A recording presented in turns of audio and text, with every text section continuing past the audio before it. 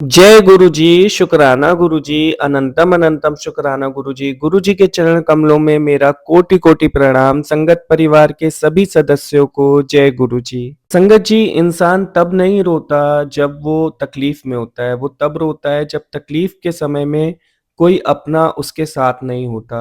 जब वो अकेला फील करता है, सबके होते हुए उसको ऐसा फील होता है कि मेरा इस दुनिया में कोई नहीं है।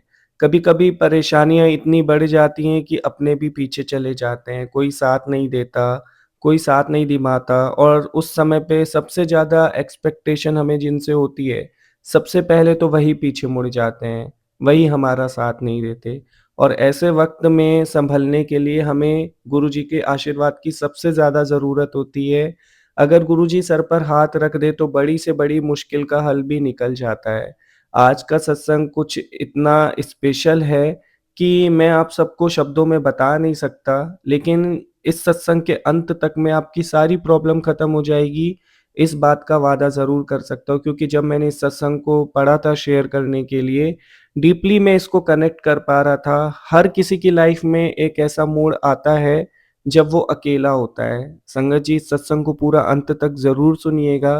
कहते हैं जो भी सत्संग हमारे पास आते हैं उसका सीधा कनेक्शन हमारे साथ होता है। कोई न कोई ख़ास मकसद होता है इसलिए सत्संग हमें प्राप्त होते हैं। जब गुरुजी हमें किसी बहुत बड़ी परेशानी से बचाने वाले होते हैं, तो वो सत्संग सुनवा के हमारे कष्ट को काट देते हैं। इसलिए सत्संग को पूरा अंत तक ज़रूर सुनें। मैं सत्संग को स्टार्ट करने से पहले गुरुजी का मंत्र जाप करूँगा। ओम नमः शिवाय, शिवजी सदा सहाय। ओम नमः शिवाय, गुरुजी सदा सहाय। जय गुरुजी। संगत जी, यह सत्संग अर्पणा आंटी जी ने शेयर किया है। आंटी जी कहती हैं, जय गुरुजी, शुक्राना गुरुजी, अनंतम अनंतम शुक्राना गुरुजी। गुरुजी को याद करके उनके चरण स्पर्श करके मैं गुरुजी का ये शुक्राना सत्संग आप सबके साथ शेयर कर रही हूँ। अगर मुझसे कोई गलती हो जाए तो उसके लिए मुझे आप माफ कर दीजिएगा। मैं गुरुजी के सत्संग को गुरुजी के मंत्र जाप से स्टार्ट करना चाहती हूँ। ओम नमः शिवाय, शिवजी सदा सहाय।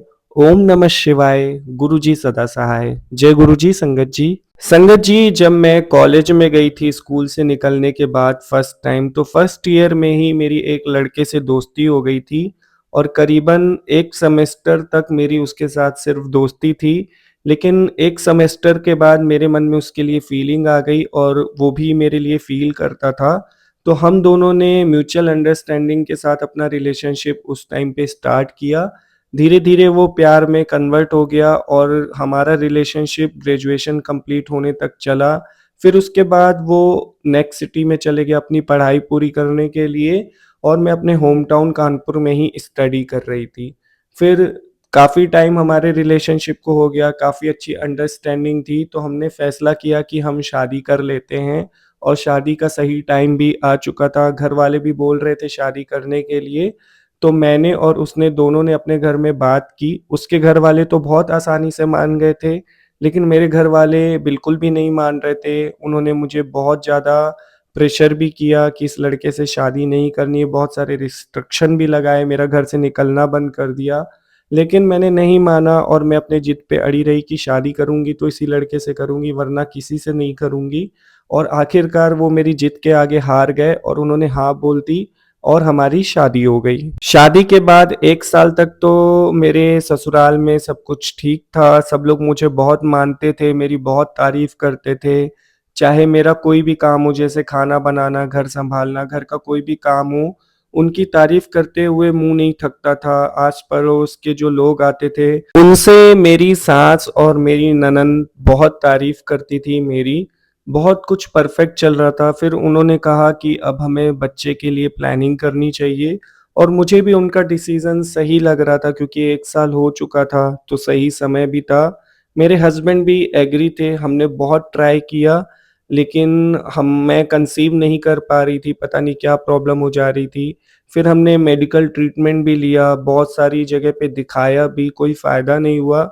रिपोर्ट्स भी नॉर्मल आ रही थी तो डॉक्टर बोल रहे थे कि कोई प्रॉब्लम तो है नहीं, डाइट का ध्यान दो, थोड़ा-सा और अच्छे से खाओ-पियो, अपना ख़्याल रखो। मैं सब कुछ कर रही थी, लेकिन नहीं हो पा रहा था, शायद भगवान की उस समय पे मर्ज़ी नहीं थी, क्योंकि ये सब तो उनके हाथ में होता है, जब उनको देना होता है, वो दे देते हैं। लेकिन उस समय पे प्रॉब्लम्स बहुत सारी हो रही थी, बहुत कॉम्प्लिकेशंस हो रहे थे। तो मेरी जो साँस है धीरे-धीरे करके उखड़ने लगी, उनके नेचर में बदलाव आने लगा। उनको लगा कि शायद सारी प्रॉब्लम मेरे अंदर ही है, पर ऐसा नहीं था। डॉक्टर्स ने सब कुछ क्लियर किया था कि मेरे अंदर कोई भी प्रॉब्लम नहीं है, लेकिन घरवालों का जो नेचर है वो मेरे प्रति बदलने लगा इस प्रॉब्लम की वजह से। धीरे-धीरे करके उन्होंने मेरे हर काम में कमी निकालना स्टार्ट कर दिया। कमी हो या ना हो उनको कमियाँ दिखती थी, चाहे मैं खाना बनाऊँ उनको कुछ भी परफेक्ट नहीं लगता था। अच्छे से वो लोग मुझसे बात नहीं करते थे। कहीं कोई फंक्शन हो, किसी रिलेटिव के यहाँ कहीं जाना हो, तो वो नहीं चाहते थे कि मैं उनके साथ जाऊँ। पता नहीं क्यों उनको बहुत शाय फ़ील होता था मेरे साथ जाने में। मेरे हस्बैंड ने मेरा बहुत साथ दिया शुरू-शुरू में 1-2 साल तक तो उन्होंने बहुत साथ दिया क्योंकि बेबी नहीं हो रहा था तो उनको भी मन में मेरे लिए बहुत ज़्यादा प्यार था। लेकिन वो कहते हैं ना कि जब कोई कंटिन्यू किसी के माइंड में ज़हर घोलता रहे तो वो इंसान भी बदलने लगता है। तो मेरे घर वाले भी उनके माइंड में ज़हर घोल रहे थे कि ये लड़की तुम्हारे लिए सही नहीं है, ये परफेक्ट नहीं है, इसके अंदर बहुत सारी कमियाँ हैं और धीरे-धीरे उनके मन में भी ये बात बैठती चली गई और कुछ सालों के बाद उनका नेचर भी मेरे लिए बदलने लगा। अब मेरी शादी को 4 साल हो चुके थे, मेरे घरवालों का बिहेवियर बिल्कुल भी मेरे लिए ठीक नहीं था। वो कुछ गलत नहीं करते थे मेरे साथ, मुझे सताते नहीं थे, मेरे साथ परेशानी नहीं क्रिएट करते थे, लेकिन वो मुझे अच्छे से रिस्पॉन्स नहीं करते थे, अच्छे से बात नहीं करते थे। एक घर में ऐसे लगता था कि मैं अकेली हूँ, मेरे साथ कोई भी नहीं है। मुझे ऐसा फ़ील होता रहता था कि जैसे कोई मुझसे बात करने वाला नहीं है, मैं कमरे में अकेले बैठी रहती थी, कोई आके मेरे साथ समय नहीं बिताता था। मेरे हस्बैंड जो पहले घर जल्दी आ जाया करते थे, अब वो बहाने ढूँढते थे कि मैं देर से घर जाऊँ। कभी वो अपने फ्रेंड्स के साथ घूमने चले जाते थे, कभी किसी के साथ पार्टी में चले जाते थे और अगर उनको कुछ नहीं मिलता था, तो वो अपनी शॉप पे ही ज़्यादा टाइम बिता लेते थे। पर वो घर पे देर से आते थे ताकि उनको मुझसे बात कम करनी पड़े। ऐसे करते-करते मैं बहुत लोनली फ़ील करने लगी और फिर मैं डिप्रेशन में जाने लगी। ये बात मैंने जब अपने घरवालों से की, अपने मायके परिवार में, तो उन्होंने मुझे सीधे बोला कि हमने तो तुम्हें पहले ही बोला था ये शादी मत करो, तुमने ज़ोर-ज़बरदस्ती में शादी की। वो भी मेरी बात को नहीं समझ पा रहे थे कि मैं क्या फ़ील कर रही हूँ अंदर से। उनको बस ये था कि हमने इसको मना किया था, इसने अपनी जिद से शादी की है, तो अब हम उसमें क्या कर सकते हैं। एक दिन इन सब के चलते-चलते घर में बहुत बड़ा झगड़ा हो गया मेरी सास के साथ और मेरी ननंद के साथ। मैंने गेस्ट आने वाले थे तो उनके लिए बहुत मेहनत से बहुत अच्छा खाना बनाया था, जो कि बहुत टेस्टी भी था। लेकिन उन वो किचन में आए और अचानक से बोलने लगे कि तुमने ये ठीक नहीं किया है, ये अच्छे से नहीं बनाया है, इसमें ये कमी है, चावल ऐसे अच्छे नहीं बने हैं, जबकि सब कुछ बहुत परफेक्ट था, सब कुछ बहुत अच्छा था। तो मेरा भी उस दिन दिमाग खराब हो गया कि जब मैंने सब कुछ परफेक्ट किया है, सब कुछ सही किया है, तो मैं क्यों सुनूँ किसी की बात? तो मैंने भी उल्टा जवाब देना स्टार्ट कर दिया और वो बहस इतनी बढ़ गई कि उन्होंने मुझसे गुस्से-गुस्से में कह दिया कि मैं तो नहीं चाहती थी मेरे बेटे की शादी तुमसे हो, वो तो मैंने अपने बेटे के प्यार में तुमसे शादी करा दी, वरना मेरे बेटे के लिए तो बहुत सारे रिश्तेदार अच्छे-अच्छे रिश्ते लेके आ रहे थे। आज भी मैं चाहूँ तो मैं अपने बेटे की दूसरी शादी करा सकती हूँ। बहुत सारी बातें वो मुझे सुनाने लगे और उन्होंने मुझसे कहा कि तुम चले क्यों नहीं जाती अपने घर कुछ दिनों के लिए? अगर तुम्हें हमारे साथ अच्छा नहीं लग रहा है, तुम्हें हमारा स्वभाव अच्छा नहीं लग रहा है, तो तुम छोड़ दो मेरे बेटे को, चले जाओ। मेरे आँखों से तो पानी ही निकल आया कि कोई इतना रूड कैसे हो सकता है बेवजह। फिर जब वो गेस्ट आए, उन्होंने वही खाना खाया और उसी खाने की तारीफ़ की उनके सामने, तो उनका चेहरा देखने लायक था। लेकिन मुझे ये बात समझ में नहीं आ रही थी कि इनका बिहेवियर अचानक से मेरे लिए इतना क्यों बदल गया है? मैंने ऐसी क्या गलती कर दी है? बेबी नहीं हो रहा था उसमें मेरी क्या गलती है? लेकिन उसका भी एक सही समय आने वाला था और वो आया भी आगे जाके, लेकिन उस टाइम पे मतलब मेरे परिवार ने मेरा साथ छोड़ दिया था और वो बिल्कुल भी मुझे रिस्पेक्ट नहीं कर रहे थे, मेरे रिलेशनशिप की रिस्पेक्ट नहीं कर रहे थे। वो मुझे बहू मानते ही नहीं थे।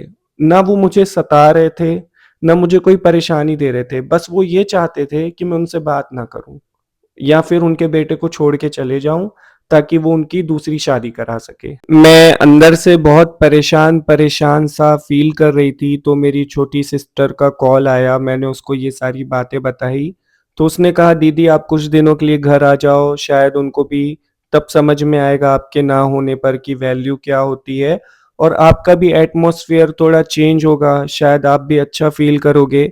तो मुझे ये सही डिसीज़न लगा, मुझे लगा कि कभी-कभी लाइफ़ में थोड़ी देर के लिए कट ऑफ हो जाना ही अच्छा होता है, ताकि थोड़ी दूरियाँ बढ़े तो सामने वाले को वैल्यू समझ में आए, ताकि वो समझ सके कि इस इंसान के ना होने पे घर कैसा है। तो मैंने अपने हस्बैंड से बात की, उन्होंने भी परमिशन दे दी और फिर मैं अपने मायके के लिए निकल गई। मैं करीबन 20 दिन मायके में थी, मेरे घर से कोई फ़ोन नहीं आया ससुराल वालों का। मेरे हस्बैंड मुझे रोज़ फ़ोन करते थे कि तुम्हारी तबीयत कैसी है? तुम ठीक हो कि नहीं हो? लेकिन 20 दिन के बाद उनका भी कॉल आना बंद हो गया और फिर जब मैंने उनसे कहा कि मैं घर वापस आ रही हूँ, तो उन्होंने कहा कि कुछ दिन और तुम रेस्ट कर लो घर पे और तुम्हारी तबीयत भी शायद ठीक हो जाए और शायद फिर हमें प्रॉब्लम ना हो कंसीव करने में। हो सकता है कि माहौल की वजह से ऐसा हो रहा हो। लेकिन ऐसा नहीं था, क्योंकि उसके पहले तो इतने सालों में कई बार मैं अपने घर होके आई थी, तो ऐसी कोई बात नहीं थी। लेकिन इस बार उनका लहज़ा थोड़ा-सा बदला-बदला सा हुआ था। फिर मैं कुछ 35 या 36 डेज़ हो गए होंगे जिसके बाद मैं अपने घर गई ससुराल। वहाँ पे जाने के बाद मैं क्या देखती हूँ कि घर वाले एकदम शांत-शांत रहते हैं, ज़्यादा मुझसे बात नहीं करते हैं और मेरे हस्बैंड अजीब-सा बिहेव करने लगे, जैसे मुझसे नज़रें चुराना, कम बात करना, मेरे सामने कम आना और रात को भी वो मतलब बहुत लेट आ रहे थे, बिल्कुल सोने के टाइम पे।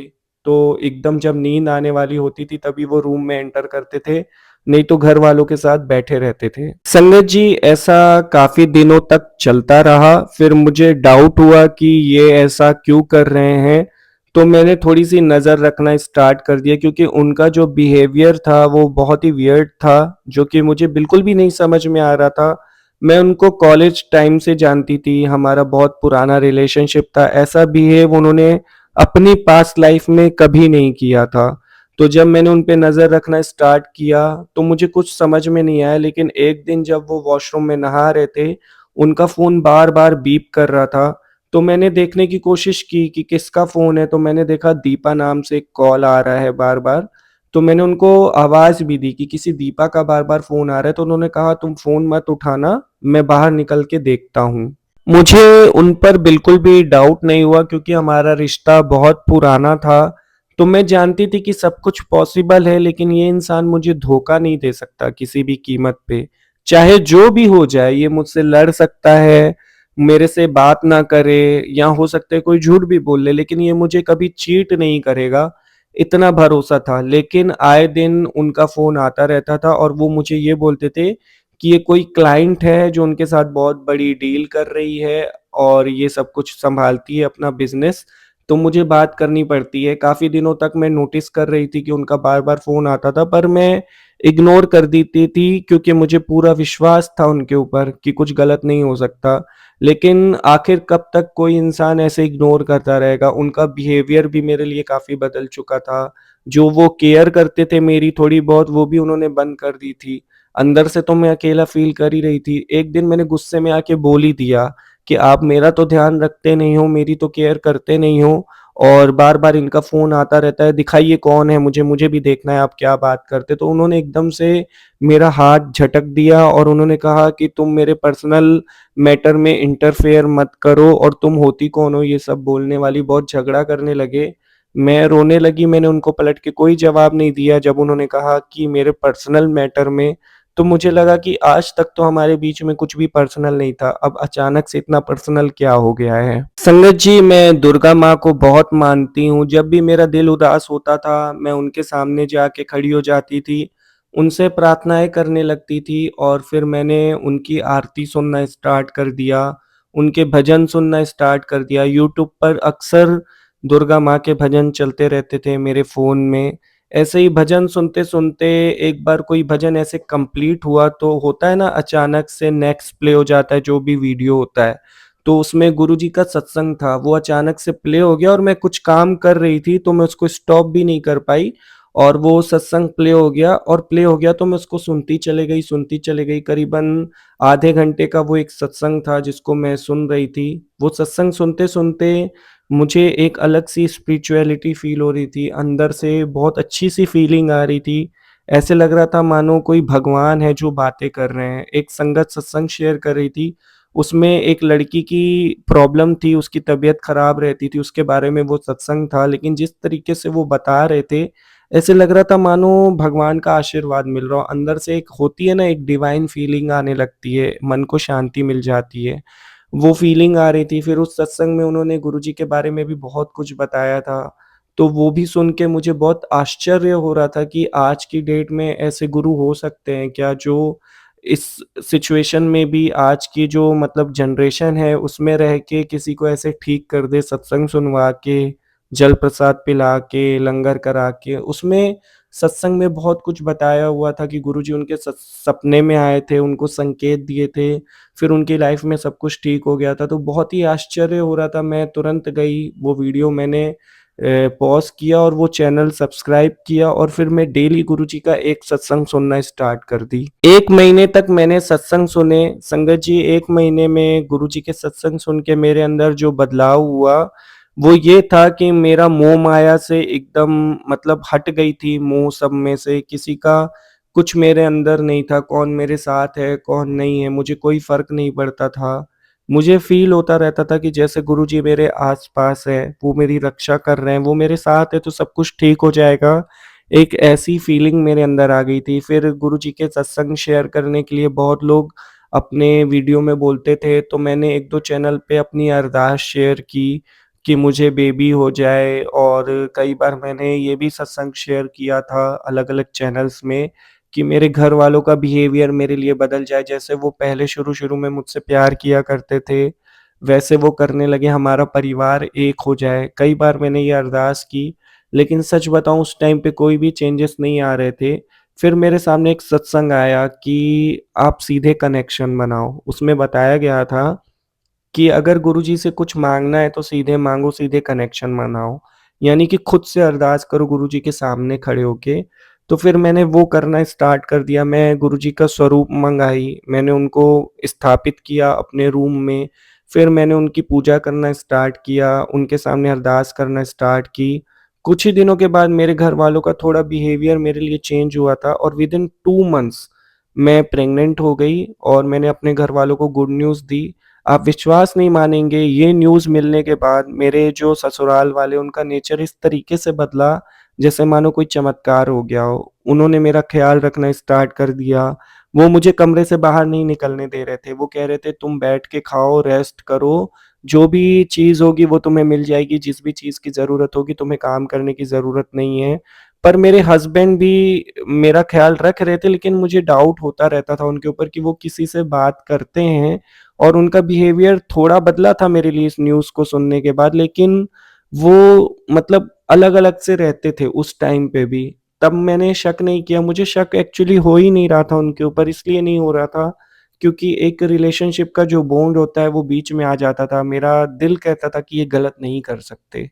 इस वजह से मैं उन पे शक नहीं कर पा रही थी। फिर संगत जी, जब डिलीवरी हुई, घर में नया मेहमान आया, एक छोटा-सा बच्चा आया, घरवालों का नेचर तो मेरे लिए पूरा बदल चुका था। गुरुजी ने मुझे संतान सुख दिया, उसके लिए उनका अनंतम अनंतम कोटि-कोटि शुक्राना। दुनिया की सबसे बड़ी खुशी होती है माँ बनना और वो खुशी गुरुजी महाराज से मुझे मिली। उसके लिए मैं उनका जितना भी शुक्राना करूँगी यहाँ पे, वो कम पड़ जाएगा। उनका अनंतम अनंतम लख-लख करोड़-करोड़ गुना शुक्राना कि उन्होंने मुझे एक बहुत प्यारा-सा बच्चा ब्लेस किया।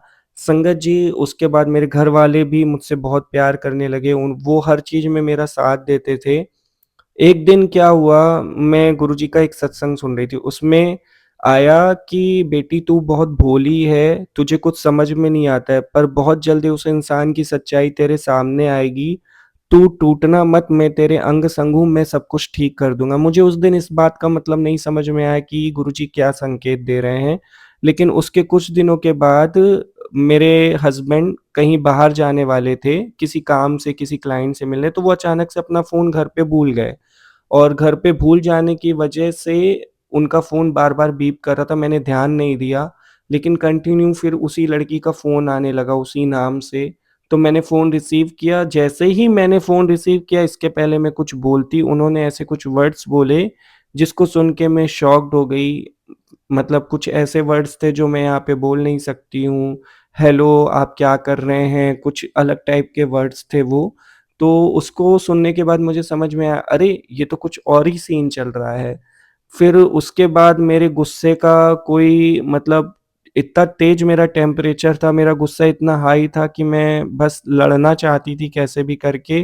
फ़ोन तो वो लेके नहीं गए थे, इसलिए मैं उनके घर आने का वेट कर रही थी। संगत जी, जब वो घर पर आए, मेरा और उनका बहुत झगड़ा हुआ, सारा सच सबके सामने आ गया। उनका अफ़ेयर चल रहा था किसी और के साथ और घरवालों ने उनको बहुत समझाने की कोशिश की, वो किसी की बात नहीं सुन रहे थे। वो यहाँ तक बोल रहे थे कि तुम मुझे डाइवोर्स दे दो, मुझे तुम्हारे साथ नहीं रहना और अभी कुछ टाइम पहले ही बेबी हुआ था। उनको ये नहीं समझ में आ रहा था कि अब मेरा एक परिवार है जिसके साथ मुझे रहना है, जिसके साथ मुझे आगे बढ़ना है। मैं उनको माफ़ करने के लिए तैयार थी क्योंकि अब मैं माँ बन चुकी थी, मेरे सामने एक बच्चे का फ्यूचर था। तो मुझे लगा कि शायद गलती से हो गया होगा, कुछ हो जाता है। उस समय पे मेरे साथ भी बहुत सारी प्रॉब्लम चल रही थी, चाहे मेरी गलती हो या ना हो। लेकिन मुझे लग रहा था कि चलो ठीक है, जो कुछ भी हुआ है, हमारे बच्चे के लिए मैं सब कुछ भूल कर आगे बढ़ने को तैयार थी और मेरे घरवाले भी मेरे हस्बैंड को बहुत समझा रहे थे, मेरे ससुराल वाले। एक्चुअली में मेरे ससुराल वालों को कोई प्रॉब्लम नहीं थी, बच्चा हो जाने के बाद उनको मुझसे कोई तकलीफ़ नहीं थी। लेकिन मेरे हस्बैंड ही भटक गए थे, उन्होंने कहा कि मैं उससे बात करना नहीं छोड़ूँगा। फिर मेरे ससुराल वालों ने कहा कि तुम थोड़े दिन पेशेंस रखो, क्या कर सकती हो? उन्होंने मुझे समझाना शुरू कर दिया और मैंने भी सोचा कि चलो ठीक है, थोड़ा-सा टाइम देते, क्या पता बच्चे के मुँह में आकर ये समझ जाएँ और इनकी जो बुद्धि है वो सही जगह पे आ जाए। ऐसे करते-करते 2 महीने निकल गए, मैं रोज़ गुरुजी से प्रार्थना करती थी कि गुरुजी आप ही कुछ करिए, इनको सुम्मत दीजिए, ये गलत जगह फँस गए, वहाँ से निकल के आएँ, अपने परिवार को सँभालें। एक लड़की के लिए सबसे ज़्यादा मुश्किल होता है बेवफ़ाई बर्दाश्त करना, लेकिन मैं अपने बेबी के लिए कर रही थी क्योंकि मैं उनसे भी बहुत प्यार करती थी और मैं उनको छोड़ना नहीं चाहती थी। मैं सच कहूँ कभी-कभी लगता था सब कुछ छोड़ के भाग जाऊँ, लेकिन दूसरी तरफ जब मैं अपने बच्चे का चेहरा देखती थी तो मुझसे हो नहीं पाता था, मैं कैसे छोड़ के चले जाऊँ, उसका पूरा फ्यूचर पड़ा है सामने और वो मतलब अलग ही टाइप से हो गए थे एकदम जैसे किसी की नहीं सुनना, किसी की नहीं मानना, किसी की बात पे बिलीव नहीं करना। मैंने गुरुजी से हज़ारों करोड़ों अरदास करी। अरदास का मुझे फल ये मिला कि मुझे मैसेजेस आने लगे कि बेटी किसी ने कुछ किया है, इस वज़ह से वो तेरे बस में नहीं है और बहुत जल्दी मैं सब कुछ ठीक कर दूँगा। फिर एक दिन मैसेज आया कि बेटी मैंने आज तेरा रिश्ता टूटते-टूटते बचा लिया। तो अपने सत्संग जो सुनती है वो अपने पति के साथ सुनना स्टार्ट कर दे। इस टाइप के बार-बार मैसेज आ रहे थे कंटिन्यू। हर मैसेज में एक मैसेज बिल्कुल ही कॉमन था कि मुझे सत्संग अपने हस्बैंड के साथ सुनने हैं और मेरे हस्बैंड सत्संग शुरू होते ही कमरे से बाहर निकल जाते थे, उनका मन नहीं करता था सत्संग सुनने का। मैंने पहले भी ट्राई किया था, लेकिन वो नहीं सुनना चाहते थे। सत्संग तो छोड़ो उनको पूजा-पाठ में कोई इंटरेस्ट नहीं था, वो मंदिर ही बहुत मुश्किल से चलते थे। उनको लगता था कि हाँ, मैं जहाँ कहीं भी हूँ, मैं हाथ जोड़ लूँगा तो मैं भगवान के दर्शन कर लूँगा, भगवान हर जगह होते हैं, पर ऐसा नहीं होता है, पूजा-पाठ करनी पड़ती है। ये तो मतलब बहुत पुरानी बातें हैं जो इतिहास में है कि हमें भगवान के सामने अपना सर तो झुकाना ही पड़ता है। लेकिन वो इन सब में नहीं थे, उनका ये था कि कहीं पे भी हो हाथ जोड़ लो ऊपर देख के, तो भगवान सुन लेते हैं। वो कहते थे कि हर जगह भगवान होते हैं। एक तरीके से वो भगवान को मानते भी बहुत थे लेकिन उनके पास जाना नहीं चाहते थे। संगत जी, अब मैं बहुत बड़ी दुविधा में थी। गुरुजी यहाँ से मुझे मैसेज करते थे कि अपने पति को सत्संग सुना, लेकिन मैं कैसे सुनाती अगर वो इंटरेस्ट ही नहीं ले रहे थे। तो फिर उसके बाद मैंने उनको बोला कि ठीक है, आपको जो भी लाइफ़ में करना है करो, लेकिन जब मैं सत्संग सुनती हूँ तो आप कमरे में ही रहोगे, कमरे से बाहर नहीं जाओगे। उन्होंने सोचा कि ये यार मुझे बात करने देगी, कोई प्रॉब्लम नहीं क्रिएट करेगी तो मैं सत्संग सुन लेता हूँ। इस लालच में आके उन्होंने सत्संग सुनना स्टार्ट कर दिया। मेरा मन बहुत दुखता था, मेरा दिल बहुत रोता था। ये कहते वक़्त भी और ये बर्दाश्त करते वक़्त भी। लेकिन मुझे गुरुजी के ऊपर पूरा फ़ेथ था, पूरा विश्वास था। मुझे विश्वास था कि अगर उनका मैसेज आया है, कोई न कोई वजह ज़रूर होगी कि गुरुजी ने ये रास्ता दिखाया है, तो गुरुजी ही सब कुछ ठीक करेंगे। उनके ऊपर सब कुछ छोड़ के मैंने वो दर्द बर्दाश्त किया और फिर वो सत्संग सुनना स्टार्ट किए। जैसे-जैसे वो सत्संग सुनते गए, 4-5 महीने के बाद उनका बर्ताव मेरे लिए पूरी तरीके से बदलना स्टार्ट हो गया। धीरे-धीरे उनको अपनी गलती का एहसास हुआ। पहले वो बच्चे के साथ बहुत कम समय बिताते थे, अब उन्होंने बहुत समय बिताना स्टार्ट कर दिया। एक पिता का प्यार अपने बच्चे के लिए जाग रहा था। धीरे-धीरे करके उनके ऊपर जो भी किसी ने कुछ किया होगा, खिला-पिला के शायद अपना बना लिया होगा। आजकल ये सब कुछ बहुत कुछ होता है, लोग किसी को अपने काबू में करने के लिए बहुत कुछ करते हैं। गुरुजी के संकेत भी थे। ख़ैर वो तो वो ही जाने, वो जानी-जान है, हमें इनके बारे में नॉलेज नहीं है। लेकिन सत्संग सुनते-सुनते उनके अंदर स्पिरिचुअलिटी आ रही थी। धीरे-धीरे उन्होंने सत्संग में इंटरेस्ट लेना भी स्टार्ट कर दिया था। और सत्संग सुनते-सुनते एक दिन उन्होंने मुझसे कहा कि मुझे मेरी गलती का एहसास हो रहा है। मुझे लग रहा है कि मैं भटक गया हूँ और मैं निकल नहीं पा रहा हूँ। तुम मुझे सपोर्ट करो इस कंडीशन से बाहर निकलने के लिए। मैंने उनको बहुत सपोर्ट किया धीरे-धीरे करके और फिर मैंने उस लड़की को बहुत गुस्से में फ़ोन पे बहुत कुछ सुनाया भी कि तुम मेरे पति का पीछा क्यों नहीं छोड़ती। मैंने उसको बहुत हड़काया, फिर धीरे-धीरे वो लड़की डरना स्टार्ट हो गई जब मैंने उसका फ़ोन स्टार्ट कर दिया उठाना और धीरे-धीरे करके उनका पीछा उनसे छूट गया। गुरुजी के आशीर्वाद से आज हम दोनों साथ हैं, हमारा परिवार टूटने से बच गया, हमारे घर में सब कुछ ठीक है। मेरे घर में सब कोई मुझसे बहुत अच्छे से बिहेव करते हैं, मुझे बेटे की तरह रखते हैं। मेरा बच्चा भी अभी साढ़े 3 साल का हो चुका है। संगत जी, आप विश्वास नहीं करेंगे मतलब ऐसी सिचुएशन क्रिएट हो गई थी कि मुझे लग रहा था मेरा और मेरे हस्बैंड का रिश्ता खत्म हो जाएगा। लेकिन गुरुजी ने रिश्ता बचा के रखा, गुरुजी से जुड़ने के बाद मुझे संतान का सुख भी मिला। हम उनको क्या दे सकते, कुछ नहीं दे सकते। गुरुजी सिर्फ़ हमसे एक ही चीज़ माँगते हैं, शुकराना करो। आज उनकी बेटी पूरे दिल से उनका शुकराना करे, शुकराना गुरुजी महाराज, शुकराना मेरे प्यारे गुरुपा, मुझे इतनी बड़ी खुशी देने के लिए, मेरे परिवार को बचा के रखने के लिए, मेरे परिवार को टूटने से बचाने के लिए, मेरे रिश्ते को टूटने से बचाने के लिए अनंतम अनंतम करोड़ गुना शुकराने। और संगत जी, मैं आपसे पर्सनली ये बात कहना चाहती हूँ कि मेरी लाइफ़ तब से चेंजेस होना स्टार्ट हुई जब से मैंने गुरुजी के सत्संग सुनना स्टार्ट किया था। ऐसा फ़ील करती हूँ मैं कि जब गुरुजी के सत्संग सुनते हैं तो शायद गुरुजी वहाँ से आके हमारे घर में आ जाते हैं, मतलब गुरुजी का प्रवेश हो जाता है। जहाँ उनकी वाणी चलने लगती है, जहाँ उनके सत्संग शुरू हो जाते हैं, वहाँ पे गुरुजी का वास हो जाता है, वहाँ पे उनका आशीर्वाद बरसने लगता है। तो मैंने पर्सनली ये हार्ट से फ़ील किया है कि जहाँ पे गुरुजी के सत्संग चलते हैं, वहाँ पे वो स्वयं होते हैं किसी न किसी रूप में। तो आपसे विनती करती हूँ कि जब आप सत्संग सुनें तो उनको बहुत दिल से याद करें, वो ज़रूर आपकी सहायता करेंगे और आपको अपना आशीर्वाद देंगे। संगत जी, मैं अपने सत्संग को यहीं विराम दे रही हूँ। अगर मुझसे कोई भी प्रकार की गलती हो गई हो, देखिए मैंने इससे पहले बहुत सारे सत्संग शेयर किए हैं, लेकिन आज मैं बहुत दिल से सत्संग शेयर कर रही हूँ क्योंकि आज पूरी तरीके से जो मेरा रिलेशनशिप है बहुत स्ट्रॉन्ग हो चुका है। मैं लाइफ़ में आगे बढ़ चुकी हूँ, तो गुरुजी के आशीर्वाद से आज मैं ये अपना शुकराना सत्संग कर रही हूँ। मुझसे कोई गलती हो गई हो तो उसके लिए मुझे प्लीज़ माफ़ कर दीजिएगा और अपनी बेटी समझ के माफ़ कर दीजिएगा। अगर कोई मर्यादा का उल्लंघन हो गया हो, गुरुजी से भी मैं माफ़ी चाहती हूँ और आपको बस ये कहूँगी कि अगले सत्संग की तैयारी करती हूँ। मैं गुरुजी के मंत्र जाप से विराम देती हूँ सत्संग को। ओम नमः शिवाय, शिवजी सदा सहाय। ओम नमः शिवाय, गुरुजी सदा सहाय। जय गुरुजी, संगत जी। आंटी जी, बहुत ही प्यारा सत्संग था, मुझसे कोई गलती हो गई हो सत्संग सुनाने में तो माफ़ कर दीजिएगा। बहुत-बहुत प्यारी ब्लेसिंग आपने शेयर की, आपका बहुत-बहुत शुक्रिया। गुरुजी आपको ऐसे ही खुश रखें, हमेशा आपके रिश्ते को बनाए रखें, आपके परिवार वालों को भी ब्लेस करें, आपको भी ब्लेस करें, सारी संगत को ब्लेस करें। गुरुजी से मेरी यही प्रार्थना है। बहुत-बहुत शुक्रिया सत्संग शेयर करने के लिए। अगले सत्संग की भी तैयारी करिए और जल्द से जल्द गुरुजी के आशीर्वाद से शेयर करिए। जय गुरुजी, आंटी जी। संगत जी, यदि आप भी अपने सत्संग को शेयर करना चाहते हैं, डिस्क्रिप्शन में मेल आईडी है, वहाँ पर लिखकर भेज दीजिए, मैं उसे गुरुजी के चैनल पे शेयर कर दूँगा और अगर कोई प्रॉब्लम होती है तो मैसेज करिएगा, व्हाट्सएप कॉन्टैक्ट नंबर भी मिल जाएगा। देन आप व्हाट्सएप पे शेयर कर देना आपका सत्संग, मैं उसे गुरुजी के चैनल पे शेयर कर दूँगा। और ऐसे ही गुरुजी के प्यारे-प्यारे सत्संग सुनने के लिए गुरुजी के चैनल को सब्सक्राइब करके बेल आइकन नोटिफ़िकेशन को भी ऑन कर दीजिए ताकि सत्संग के अपडेट्स आपको मिलते रहें और आपसे कोई भी ब्लेसिंग मिस ना हो और ज़्यादा से ज़्यादा सत्संग को शेयर करें। सत्संग शेयर करना बहुत बड़ी सेवा होती है। यदि आप अपना सत्संग शेयर नहीं कर सकते हैं, तो छोटा-सा काम करिए, लिंक को किसी न किसी को शेयर कर दीजिए, किसी का भला हो जाएगा और गुरुजी की ब्लेसिंग को शेयर करने से बड़ी सेवा क्या हो सकती है। तो संगत जी, सत्संग ज़रूर शेयर करिएगा, जितना भी हो सके ज़्यादा से ज़्यादा शुकराने करिए। गुरु जी के मंत्र जाप करिए, गुरु जी की भक्ति करिए, आपकी लाइफ से सारी प्रॉब्लम खत्म हो जाएगी। जय गुरु जी, शुक्राना गुरु जी।